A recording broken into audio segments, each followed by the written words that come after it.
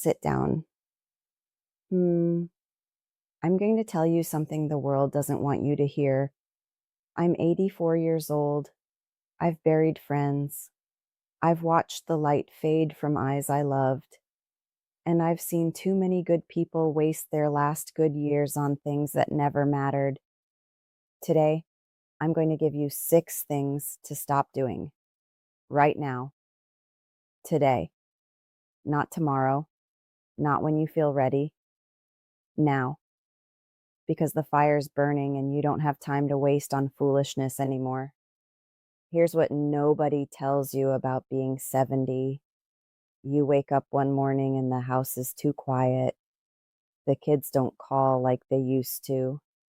Your body makes sounds you don't recognize, and you realize the world has moved on. But here's the hard truth they don't put in the greeting cards. You've been moving on too. Only you've been moving in the wrong direction. You've been carrying things that aren't yours to carry. You've been holding on to people who already let go of you years ago. You've been apologizing for taking up space, and you're tired. Not just body tired, spirit tired. That tired comes from dragging a dead horse up a mountain. That tired comes from saying yes when every bone in your body is screaming no. That tired comes from forgetting that you are not the riverbank. You are the river itself, and a river that stops moving grows stagnant. I remember my grandmother. She was 92 when she finally spoke her mind. She'd spent 70 years being agreeable, swallowing her words, making herself small so other people could feel big. One evening, I watched her sit down at the fire and say something I'd never heard her say. No. Just one word. One small word that weighed 1,000 pounds. She said it to my uncle who'd been taking her money for years. She said it to my aunt who'd been treating her like a child. She said it to the whole family who'd been assuming she'd be there to clean up their messes forever. And you know what happened? The world didn't end. The fire kept burning. The stars came out just like they always did. But my grandmother, she sat up straighter that night than I'd seen her in decades. That's what happens when you start stopping things. The spine remembers how to hold itself up. So here's my list. 6 things. 6 things you need to stop doing immediately after 70. And I'm not going to soften it. I'm not going to wrap it in pretty words, because pretty words are what got you into this mess. Stop doing number 1. Stop apologizing for existing. You walk into a room and say, sorry for being in the way. You ask for help and say sorry for being a bother. You have a need and you say sorry for needing anything at all. Stop it. You are not a burden. You are a living thing that has earned its place in this world 70 times over. My friend Ruth, she's 79. She spent her whole life apologizing for being too loud, apologizing for being too quiet, apologizing for her weight, her age, her opinions. One day I looked at her and said, Ruth, who are you apologizing to, and why do they deserve it? She didn't have an answer, because there isn't one. You've lived through things that would break most people. You've survived losses that would crush a younger soul. You have scars that tell stories, and you're saying sorry for existing. The river doesn't apologize for flowing. The canyon doesn't apologize for being deep. The fire doesn't apologize for burning. Neither should you. The hard truth. People have gotten comfortable with your apologies. They've come to expect them. Your silence has become their permission. And every time you say sorry for being alive, you're telling the world that you don't matter. You matter. Stop apologizing and start taking up space. Stop doing number 2. Stop holding on to people who let go of you a long time ago. I'm talking about the children who don't call, the friends who stopped visiting, the relatives who only show up when they want something. You're sitting by the phone waiting. You're making excuses for them. You're telling yourself they're busy, they're young, they'll come around. They won't. And even if they do, what are you waiting for? My friend Earl, he spent 10 years waiting for his son to call. 10 years of birthdays and holidays and ordinary Tuesdays. The phone sat there, silent. Earl'd say, "He'll call. He's just busy." And I'd say, "Earl, how many suns have to set before you see it's night?" Finally, one day, Earl stopped waiting. He didn't stop loving his son. He just stopped making his happiness depend on the sound of his son's voice. He picked up his walking stick and started going for walks at sunset. He joined a card game at the community center. He started living. And you know what happened? A year later, his son showed up. And Earl was fine because he'd stopped needing his son to be something he wasn't. That's the trick. You can't control other people. You can't make them love you the way you want to be loved. You can't make them value you the way you deserve to be valued. All you can do is stop giving them the power to break your heart. The hard truth, some people are in your life for a season, and that season ended a long time ago. Holding on to them is like trying to keep a dead leaf on the tree. It's unnatural, it's exhausting, and it's keeping you from the new growth that's waiting. Let them go. Love them from a distance if you have to, but stop waiting. The phone's not going to ring, and you've got better things to do with your hands than hold on to a receiver that's gone cold. Stop doing number 3. Stop saying yes when you mean no. This is a big one. You know that feeling in your gut when someone asks you for something and every part of you wants to say no, but you say yes anyway? That's your spirit trying to speak, and you're drowning it out. Beatrice, she's 81. She spent years saying yes to everything. Yes to babysitting the grandkids. Yes to making casseroles for church events. Yes to listening to people complain about their lives while hers was passing her by. One day she was so tired she couldn't get out of bed. Her body just quit, said, "That's it. I'm done. You didn't listen to me, so I'm going to make you listen." She spent a week in that bed, and when she got up, she was different. She started saying no, not rude, not mean, just honest. "I can't do that. That won't work for me. No, thank you." She said it to her daughter who wanted her to watch the kids every weekend. She said it to the church ladies who wanted her on every committee. She said it to the neighbor who always needed a ride to the doctor. And you know what happened? People were confused at first. Some were angry. But then something changed. They started respecting her, her time, her energy, her life. Because when you respect yourself, other people have no choice but to follow along. The hard truth. Every yes you say to someone else is a no you're saying to yourself. Every time you give away your time, your energy, your peace, you're robbing your own soul. You're 70 years old or more. You don't have time to be a people pleaser anymore. Your job now is to please your own spirit. Saying no is not selfish. Saying no is survival. Stop doing number 4. Stop living in the past. I know you remember when things were better, when your body worked, when people needed you, when the world made sense.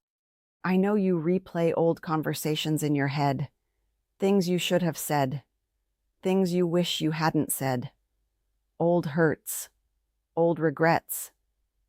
I know, but you're living in a ghost town. My cousin Margaret, she's 76. She's been married to a dead man for 30 years. That sounds strange, doesn't it?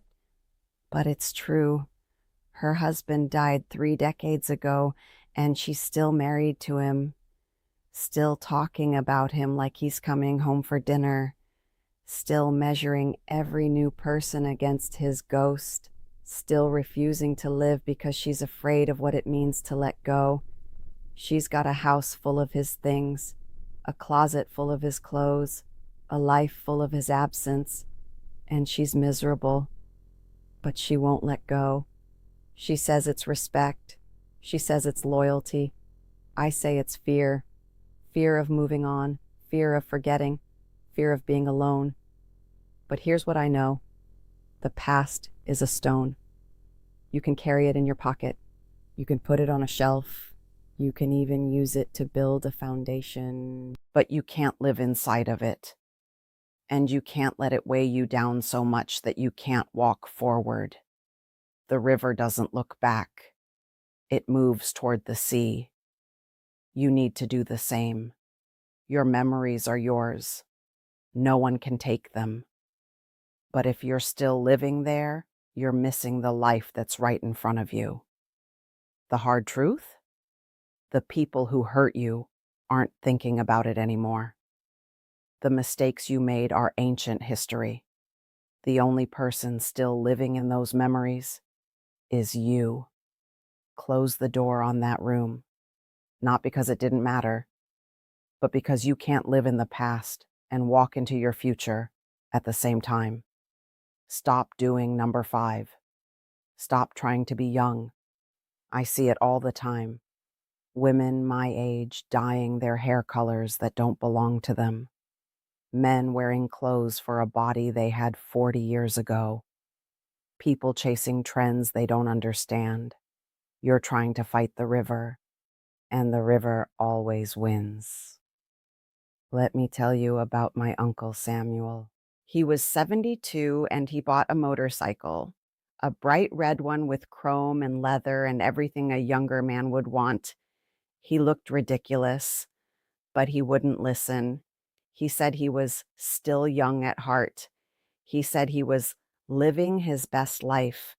He rode that motorcycle 3 times. The 3rd time he fell off and broke his hip. He was in the hospital for a month, and when he got out, the motorcycle was gone. He'd sold it. He told me, "Helen, I was trying to be someone I'm not. I thought if I could be young again, I could cheat the years." But you can't cheat the years. The years are honest. They take what they take, and they give what they give. The hard truth? Trying to be young is an insult to the life you've lived. Every wrinkle tells a story. Every gray hair is a crown of wisdom. You're not supposed to look 40 when you're 70. You're supposed to look like you've lived 70 years, because you have. That's a miracle. That's a gift. That's something to be proud of. When you try to be young, you look foolish. When you try to be old, you look wise. But when you just accept who you are, you look like a human being who has earned every single day they've been given. Stop doing number 6. Stop waiting. You're waiting for the right time, the right mood, the right weather. You're waiting to feel better, waiting for the kids to come visit, waiting for permission to live the life you want. Stop it. My friend Edith, she was 82 when she finally did what she'd always wanted. She painted. She'd been an artist her whole life, but she never showed anyone. She kept her paintings in the closet. She said they weren't good enough. She said she'd wait until she got better. Well, she got better, but she also got older. And one day she realized she'd been waiting for perfect, while perfect was passing her by. So she took her paintings out of the closet. She hung them on the walls. She invited people over. And you know what they said? They said, "Edith, these are beautiful. Why didn't you show us sooner?" And Edith said, "I was waiting. but she'd been waiting for nothing, because the world doesn't care if your painting is perfect. The world just wants to see it. You want to travel? Go. You don't have to go to Paris. Go to the next town over. Take a bus. Walk down a street you've never walked before. You want to learn something? Learn it. It doesn't matter if you're slow. It doesn't matter if you forget. You want to tell someone you love them? Tell them today. You want to forgive someone? Forgive them. You want to start something new? Start it. The hard truth: you're not going to get a warning. You're not going to get a sign. There's no bell that rings and says, now is the time. Now is the time. Right now. While you're reading this, stop waiting. But here's the harder question, and I'm going to turn this back on you now, because it's easy to nod along and agree with me. It's easy to say, yes, Helen, you're right. I should stop doing these things. But the harder question is about you. Which one of these is the hardest for you? Is it saying no? Is it letting someone go? Is it getting out of the past? Is it forgiving yourself? Is it giving yourself permission to be old? Is it just getting started? Because I can tell you what to do all day long. I can give you 6 things. I can give you 60.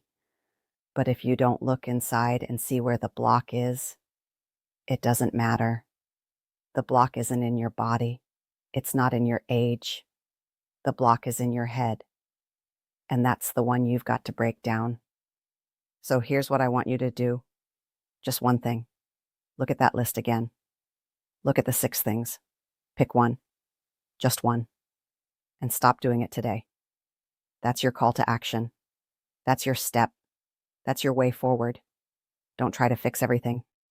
Don't try to be perfect. Just pick one. You stop apologizing today. You stop waiting for the phone to ring today. You stop saying yes when you mean no today. You stop living in the past today.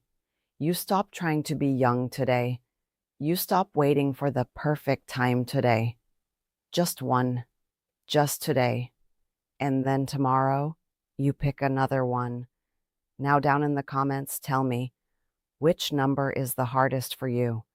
Number 1 through 6. Just the number. And why?